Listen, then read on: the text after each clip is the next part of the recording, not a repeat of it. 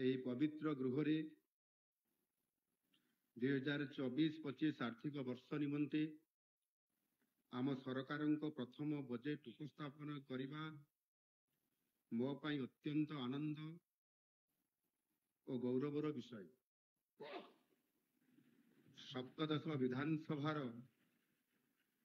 प्रथम बजेट अधिवेशन रे मु आपण माननकु स्वागत जनाउछि। राज्यर भाग्य और दिशा परिवर्तन पाई निर्णायक मतदान करिथिबा समस्त ओडिशावासी को मोर विनम्र प्रणाम। यह निर्णायक मतदान राज्य में अब्याहत रही स्थितावस्था प्रति लोकंकर निराशा भावर प्रतिफलन।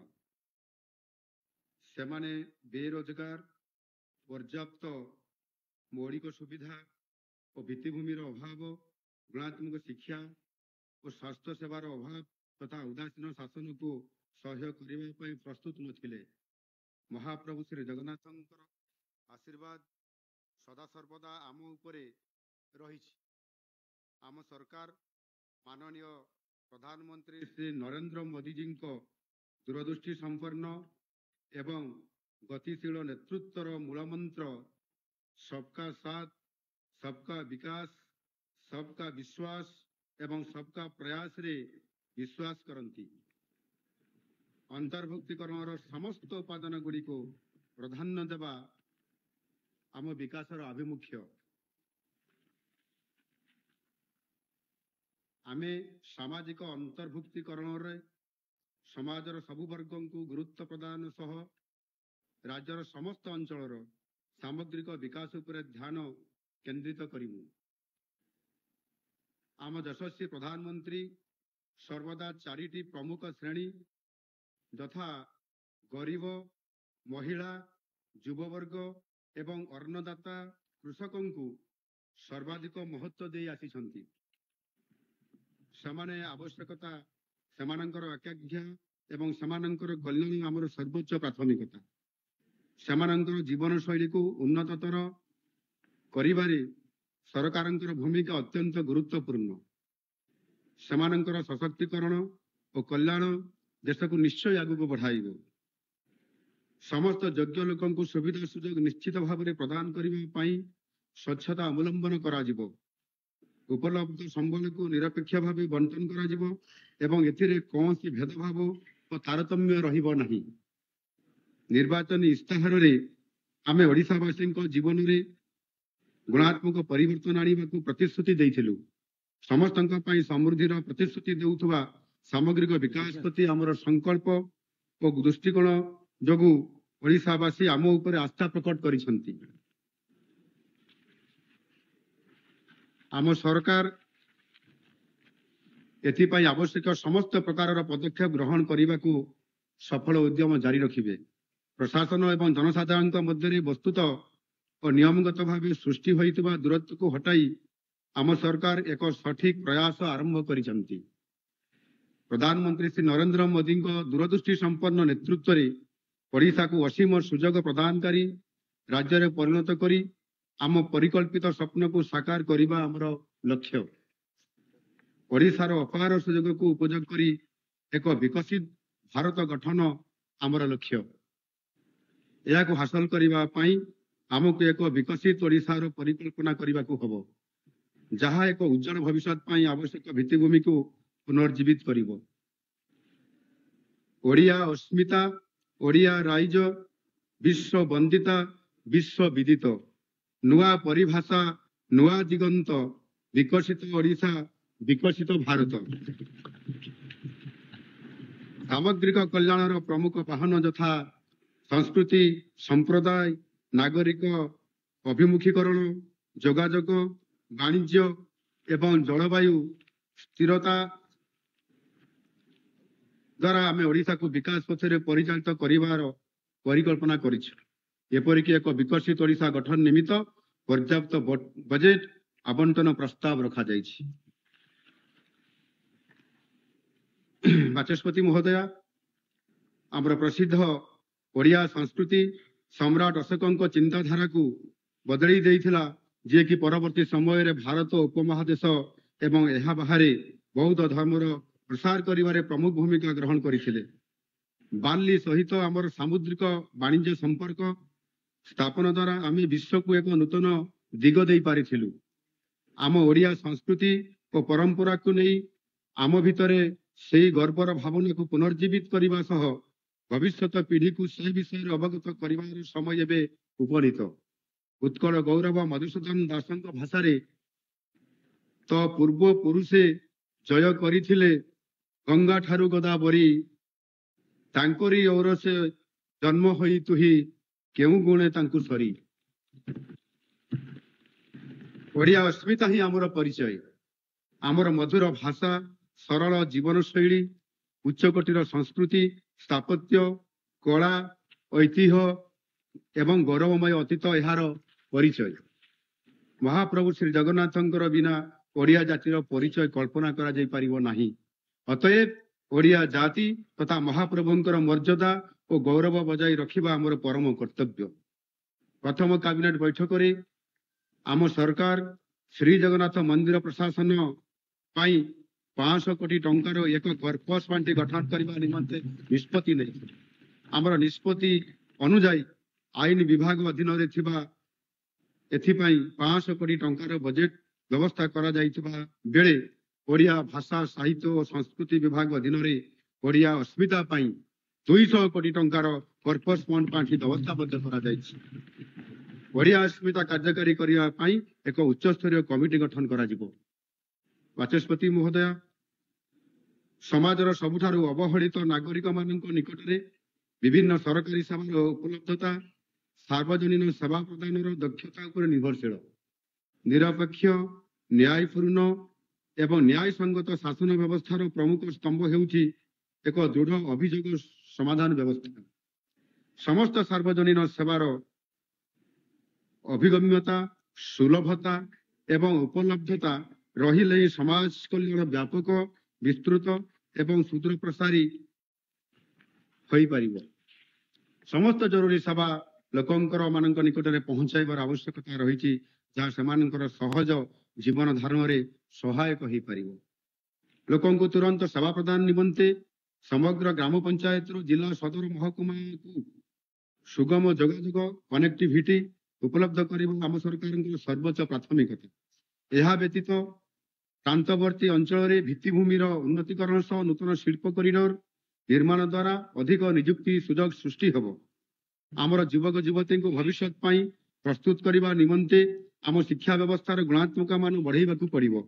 ଏହି ପ୍ରକ୍ରିୟାରେ ଓଡ଼ିଶା ବିଭିନ୍ନ ପ୍ରକାର ବାଣିଜ୍ୟିକ କାର୍ଯ୍ୟକଳାପ ପାଇଁ ଜାତୀୟ ତଥା ବିଶ୍ୱସ୍ତରୀୟ ହବ୍ ଭାବେ ଉଭା ହେବ। ପରିବେଶର ବିନାଶ କରି ଅର୍ଥନୀତିର ଅଭିବୃଦ୍ଧି କେବେ ଗ୍ରହଣୀୟ ନୁହେଁ।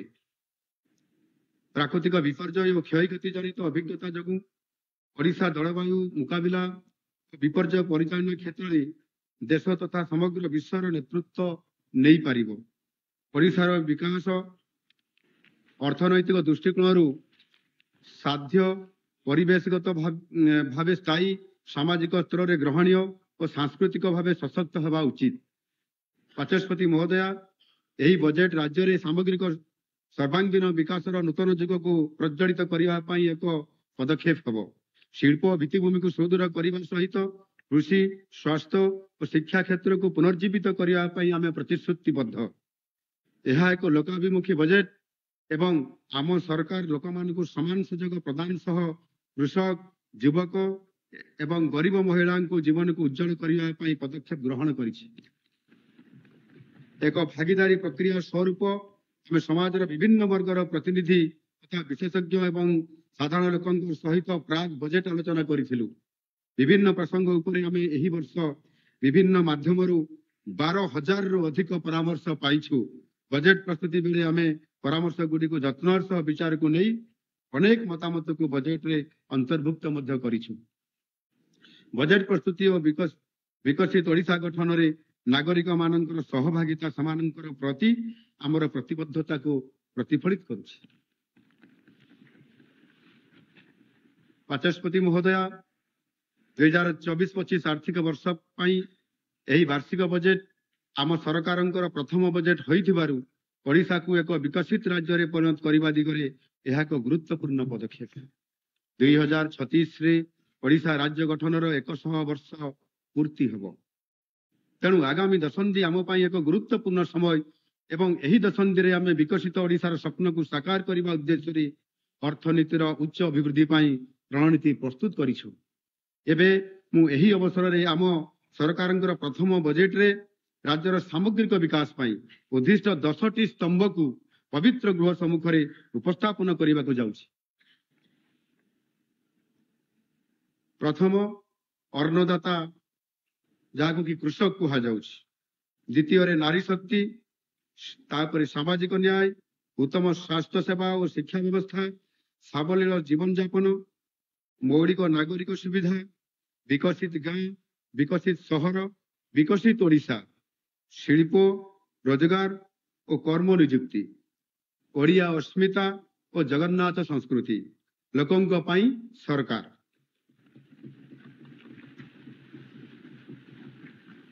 बाचस्पति महोदया, आम सरकार सर्वोच्च प्राथमिकता होउछि अन्नदाता मानकर सर्वांगीन विकास। तेणु मो बजेट भाषण प्रथम भागरे अन्नदाता संबंधी विषय गुड़िक उपस्थापना करुछि। स्थूल अर्थनैतिक दृश्यपट, मैक्रो इकोनॉमिक आउटलुक। माननीय प्रधानमंत्री भारतर 75तम एवं 100तम स्वाधीनता दिवस मध्य 25 वर्ष को अमृत काल बोली नामित करिसेंती। एई अमृत काल 2047 सुधा भारत को एक विकसित तथा समृद्ध देश रे परिणत करने निमंते प्रस्तुत करिबो। आगामी 25 वर्ष रे द्रुत अभिवृद्धि, नूतन जीवनशैली एवं सुदृढ़ वैषयिक भित्तिभूमि द्वारा भारत अर्थव्यवस्थार समस्त क्षेत्र में नवीकरण और पुनर्गठन करा जाई परिबो, जहाँकि भारतीय अर्थनीति उपरे विश्वर विश्वास को पुनर्स्थापन करिबारे सहायक होबो। यह ही अमृत कालर स्वप्न। समृद्ध ओडिशा गठन में माननीय प्रधानमंत्री श्री नरेंद्र मोदी जी अतुट सहयोग पाई मु गभीर कृतज्ञता ज्ञापन करुछि। विश्व अर्थनीति रे मंथर अभिवृद्धि पूर्वानुमान सत्ते भारत 2024 आर्थिक वर्ष रे विश्व अर्थनीति रे एक उज्जवलतम स्थान ग्रहण करने सह अभिवृद्धिर इंजिन भाव परिगणित होब। चलित वर्ष देशर सामग्रिक घरोई उत्पाद जीडीपी अभिवृद्धि हार 7.2% हेब बोली भारतीय रिजर्व बैंक आकलन करिछि। 2024-25 आर्थिक वर्ष रे आम राज्यर सामग्रिक घरोई उत्पाद जीएसडीपी 8% वृद्धि पाइब बोली आकलन करा जाइछि। एही परिप्रेक्षी रे मु वर्तमान कृषि बजेट उपस्थापना करिया पे जाउछि। बाचस्पति महोदया, कृषि एवं आनुषंगिक क्षेत्र होउछि राज्यर बृहत्तम नियुक्ति क्षेत्र एवं यह राज्यर सामाजिक अर्थनैतिक विकासर चाबिकाठी। यही क्षेत्र में राज्यर मोट श्रम शक्तिर 85.8% नियोजित होइथिबा बेले यार योगदान ग्रॉस स्टेट वैल्यू एडेड जीएसवीए रो 22.5% अटे। आम सरकार ए क्षेत्र में महत्व को हृदयंगम करिसेंती। कृषि एवं आनुषंगिक क्षेत्र महत्व को उपलब्धि करी आम सरकार यही क्षेत्र पर यथेष्ट व्यय बरादर प्रस्ताव रखिछंती। 2023-24 आर्थिक वर्ष रे यही क्षेत्र पर मोट बजेट अटकल 24,829 कोटी टंका थिला बेले मु 2024-25 आर्थिक वर्षर बजेट रे यहा को 36% वृद्धि करी मोट 33,919 कोटी टंकार प्रस्ताव रखुछि। समस्त समृद्धिर प्रतिश्रुति देउथुबा एक सामग्रिक विकास ही आमर लक्ष्य। विकसित ओडिशार परिकल्पना को साकार करने को आमे समृद्ध कृषक योजना आनिबा को जाउछु, जोंथिरे पर्याप्त आर्थिक सहायता लाभ करी कृषक माने सफल एवं समृद्ध होई परिबे। जातीय स्तर ओडिशा चतुर्थ बृहत्तम धान जोगाणकारी राज्य। एही योजना रे चाषी मानक ठारू उचित मूल्य रे धान क्रय करा जिबार लक्ष्य रहिछि। चाषी मानक ठारू धान क्विंटाल पिछा 3,100 टंका रे किणा जिवो, जहां वर्तमान सर्वनिम्न धार्य मूल्य एमएसपी ठारू क्विंटाल पिछा 800 टंका अधिक हबो। मंडी ठारे क्रय प्रक्रिया रे କଟନୀ ଛଟନୀର ବ୍ୟବସ୍ଥାକୁ ରୋକିବା ପାଇଁ ଆର୍ଦ୍ରତା ପରିମାପକ ଯନ୍ତ୍ର ଉପଲବ୍ଧ କରାଯିବା ସହ କମ୍ପ୍ୟୁଟରାଇଜ ଓଜନ ଉପକରଣ ଗୁଡ଼ିକ ବ୍ୟବହାର ମଧ୍ୟ କରାଯିବ। ଏହି ବ୍ୟବସ୍ଥା ଦ୍ୱାରା ଧାନ ପ୍ରୟୋଗ ପ୍ରକ୍ରିୟାକୁ ସରଳ ତଥା କ୍ରୟ ସମୟରେ ଉପୁଜୁଥିବା ତ୍ରୁଟିକୁ ହ୍ରାସ କରାଯାଇପାରିବ। ଯେଉଁ କୃଷକମାନେ ଡିବିଟି ମୋଡ ପଞ୍ଜୀକରଣ କରିବେ ସେମାନେ ବିକ୍ରୟ କରିବାର 48 ଘଣ୍ଟା ମଧ୍ୟରେ ସିଧାସଳଖ ସେମାନଙ୍କର ବ୍ୟାଙ୍କ ଆକାଉଣ୍ଟରେ ଟଙ୍କା ପାଇପାରିବେ। 2024-25 ଆର୍ଥିକ ବର୍ଷ ବଜେଟରେ ସମୃଦ୍ଧ କୃଷକ ଯୋଜନା ଅଧୀନରେ ଆମେ 5,000 କୋଟି ଟଙ୍କାର ପ୍ରସ୍ତାବ ରଖିଛୁ। ମାନନୀୟ ବାଚସ୍ପତି ମହୋଦୟା, ଆମ ସରକାର ଏକ ଅନ୍ତର୍ଭୁକ୍ତ ଏବଂ ପୋଷଣୀୟ କୃଷି ପରିବର୍ତ୍ତନକୁ ସମର୍ଥନ କରି କୃଷକଙ୍କ ଆୟ ବୃଦ୍ଧି ଉପରେ ଗୁରୁତ୍ୱ ଦେଉଛନ୍ତି।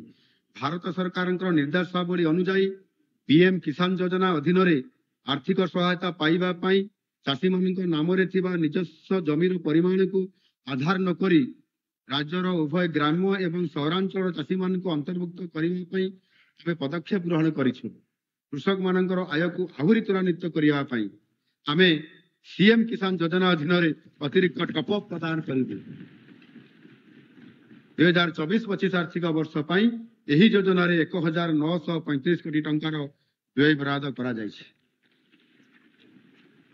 ବାଚସ୍ପତି ମହୋଦୟା, ରାଜ୍ୟରେ ଶୀତଳ ଭଣ୍ଡାର ପ୍ରତିଷ୍ଠା ପାଇଁ ଆମେ ପ୍ରତିଶ୍ରୁତିବଦ୍ଧ। ଏହି ପରିପ୍ରେକ୍ଷୀରେ ପ୍ରସ୍ତାବିତ ହସ୍ତକ୍ଷେପ ଗୁଡ଼ିକୁ ତର୍ଜମା କରି ଏକ ବିସ୍ତୃତ ଯୋଜନା କାର୍ଯ୍ୟକାରୀ କରିବା ପାଇଁ ଅଣୁ, କ୍ଷୁଦ୍ର ଓ ମଧ୍ୟମ ଉଦ୍ୟୋଗ MSME ସମବାୟ ଶକ୍ତି ଏବଂ କୃଷି ଓ କୃଷକ ସଶକ୍ତିକରଣ ବିଭାଗମାନଙ୍କୁ ନେଇ ଏକ କମିଟି ଗଠନ କରାଯିବ। ଆମେ ପ୍ରାରମ୍ଭିକ ପର୍ଯ୍ୟାୟରେ ଉପଖଣ୍ଡ ସ୍ତରରେ ଶୀତଳ ଭଣ୍ଡାର ସ୍ଥାପନ କରିବାକୁ ଯୋଜନା ରଖିଛୁ ଏବଂ ଆଗାମୀ ବର୍ଷମାନଙ୍କରେ ବ୍ଲକ ସ୍ତରରେ ମଧ୍ୟ ଏହାକୁ କାର୍ଯ୍ୟକାରୀ କରାଯିବ। କୃଷକମାନଙ୍କର ପାଇଁ ୱାନ୍ ଷ୍ଟପ୍ ସମାଧାନ ଭାବରେ କାର୍ଯ୍ୟ କରିବା ନିମନ୍ତେ ଆମେ ବ୍ଲକ ସ୍ତରରେ କୃଷି ସମୃଦ୍ଧି କେନ୍ଦ୍ର ପ୍ରତିଷ୍ଠା କରିବୁ। ବିଭିନ୍ନ ଯୋଜନା ସମ୍ପର୍କିତ କୃଷି ସମ୍ବନ୍ଧୀୟ ସହାୟତା, ଆର୍ଥିକ ସେବା, ଫସଲ ଉତ୍ପାଦନ ସମ୍ବନ୍ଧୀୟ ଯୋଜନା ଏବଂ ଉତ୍ପାଦ କ୍ରୟ ବିଷୟରେ ସମସ୍ତ ସୂଚନା ଯୋଗାଇ ଦେବା ପାଇଁ କୃଷି ସମୃଦ୍ଧି ହେଲ୍ପଲାଇନ୍ ଆରମ୍ଭ କରାଯିବ। ଶ୍ରୀ ଅନ୍ନ ଅଭିଯାନ ମିଲେଟ୍ ଜାତୀୟ ଫସଲର ଉତ୍ପାଦନ ଏବଂ ବ୍ୟବହାରକୁ ବୃଦ୍ଧି କରିବା ସହ ଓଡ଼ିଶାକୁ ଭାରତର ମିଲେଟ୍ ହବ୍ରେ ପରିଣତ କରିବ। ମୁଁ 2024-25 ଆର୍ଥିକ ବର୍ଷ ବଜେଟରେ ଶ୍ରୀ ଅନ୍ନ ଅଭିଯାନ ନିମିତ୍ତ 649 କୋଟି ଟଙ୍କା ବ୍ୟୟ ବରାଦର ପ୍ରସ୍ତାବ ରଖୁଛି।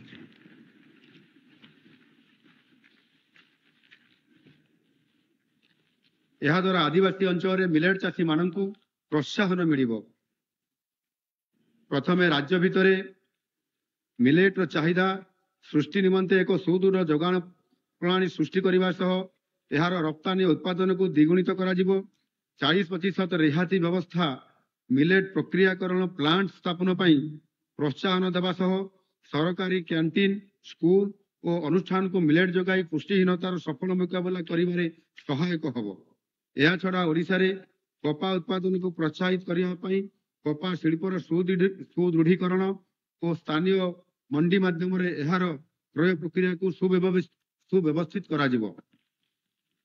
କୃଷକମାନେ ପୋଷଣୀୟ ସ୍ତରରେ ଚାଷ କାର୍ଯ୍ୟ ଜାରି ରଖିବା ପାଇଁ ଫସଲ ବୀମା ଏକ ଗୁରୁତ୍ୱପୂର୍ଣ୍ଣ ସହାୟକ ବ୍ୟବସ୍ଥା ପାଲଟିଛି। କେନ୍ଦ୍ର, ରାଜ୍ୟ ତଥା ହିତାଧିକାରୀଙ୍କର ଅଂଶଧନ ମାଧ୍ୟମରେ କୃଷକମାନଙ୍କୁ ଫସଲ ବୀମା ଯୋଗାଇ ଦେବା ପାଇଁ ପ୍ରଧାନମନ୍ତ୍ରୀ ଫସଲ ବୀମା ଯୋଜନା PMFBY ଆମର ମାନନୀୟ ପ୍ରଧାନମନ୍ତ୍ରୀଙ୍କର ଏକ ଅଭିନବ ପଦକ୍ଷେପ।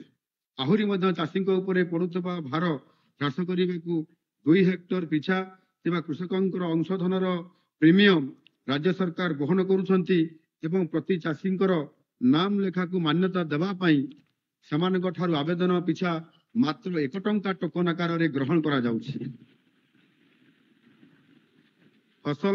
ପ୍ରଧାନମନ୍ତ୍ରୀ ଫସଲ ବୀମା ଯୋଜନା PMFBY ଅଧୀନରେ ଆମେ 100% କଭରେଜ ସୁନିଶ୍ଚିତ କରିବା ସହ ବନ୍ୟଜନ୍ତୁ ମାନଙ୍କର ଦ୍ୱାରା କ୍ଷତିଗ୍ରସ୍ତ ଫସଲର କ୍ଷତିପୂରଣକୁ ଏଥିରେ ଅନ୍ତର୍ଭୁକ୍ତ କରିବୁ।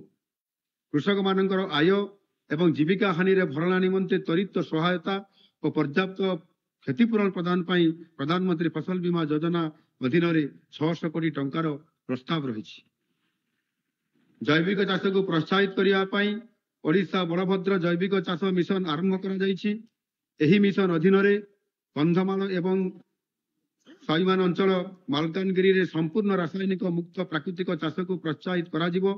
ମୃତ୍ତିକା ଜୈବିକ ଅଙ୍ଗାରକ ବୃଦ୍ଧି ପାଇଁ ମୃତ୍ତିକା ସ୍ୱାସ୍ଥ୍ୟ ମିଶନ କାର୍ଯ୍ୟକାରୀ କରାଯିବ। ରାଜ୍ୟରେ ଝୋଟ ଏବଂ ବାଦାମ ଭଳି ଅବହେଳିତ ଫସଲର ଉତ୍ପାଦନ ଏବଂ ଏହାର ଉତ୍ପାଦକତା ବୃଦ୍ଧି ଦ୍ୱାରା ଫସଲର ବିବିଧକରଣ ଏବଂ କୃଷକଙ୍କ ଆୟ ବୃଦ୍ଧି ଆମର ଏକ ପ୍ରାଥମିକତା। ଏଥି ନିମନ୍ତେ ପର୍ଯ୍ୟାପ୍ତ ଅର୍ଥ ବ୍ୟବସ୍ଥା କରାଯିବ। ଅକ୍ଷୟ ଶକ୍ତି ସାହାଯ୍ୟରେ ଅଣୁ ଜଳସେଚନ ପାଇଁ କୃଷକମାନଙ୍କୁ ସଶକ୍ତ କରିବା ନିମନ୍ତେ ରାଜ୍ୟରେ PM କୁସୁମ ସମ୍ପୂର୍ଣ୍ଣ ରୂପେ କାର୍ଯ୍ୟକାରୀ କରାଯିବ। ମାନନୀୟ ବାଚସ୍ପତି ମହୋଦୟା, ଜଳ ବହୁଳେ ସୃଷ୍ଟି ନାଶ, ଜଳ ବିହୁନେ ସୃଷ୍ଟି ନାଶ। ଜଳ ହିଁ ଜୀବନ ଧାରଣର ମୁଖ୍ୟ ଉପାଦାନ। ଏହା ଏକ ମୌଳିକ ସମ୍ପଦ ଯାହା ପରିବେଶ ସନ୍ତୁଳନକୁ ବଜାୟ ରଖିବା ସହ ବିଶ୍ୱରେ ଲୋକମାନଙ୍କର ଜୀବନ ଜୀବିକା ଧାରଣ ଓ ସାମାଜିକ ଅର୍ଥନୈତିକ ବିକାଶରେ ସହଯୋଗ ପ୍ରଦାନ କରିଥାଏ। ବିଶେଷ କରି କୃଷି ଉତ୍ପାଦନ ଓ ଉତ୍ପାଦକତା କ୍ଷେତ୍ରରେ ଜଳସେଚନର ପ୍ରମୁଖ ଭୂମିକା ଗ୍ରହଣ କରିଥାଏ। ସମସ୍ତଙ୍କ ପାଇଁ ଜଳ ସୁରକ୍ଷା ଏବଂ ଏକ ପୋଷଣୀୟ ଭବିଷ୍ୟତ ସୁନିଶ୍ଚିତ କରିବା ହେଉଛି ଆମ ସରକାରଙ୍କର ଉଦ୍ଦେଶ୍ୟ। ଏଥିପାଇଁ ଚଳିତ ବର୍ଷ ଜଳ ସମ୍ପଦ ବିଭାଗ ନିମନ୍ତେ ବ୍ୟୟ ବରାଦକୁ ଆମେ ପ୍ରାୟ 25% ବୃଦ୍ଧି କରିଛୁ। ଯାହାଦ୍ୱାରା ଜଳ ସମ୍ପଦ ଭିତ୍ତିଭୂମି ନିର୍ମାଣ ସହ ଜଳର ସର୍ବୋତ୍ତମ ପରିଚାଳନା ଓ ଏହାର ଉପଯୁକ୍ତ ବଣ୍ଟନ, ଜଳ ସଂରକ୍ଷଣ ଦକ୍ଷତା, ବନ୍ୟା ଓ ଜଳ ପ୍ରବାହର ରିଏଲ ଟାଇମ ମନିଟରିଂ ଏବଂ ରାଜ୍ୟର ସାର୍ବଜନୀନ ବିକାଶ ତଥା ଅଭିବୃଦ୍ଧିକୁ ପ୍ରାଥମିକତା ଦିଆଯିବ।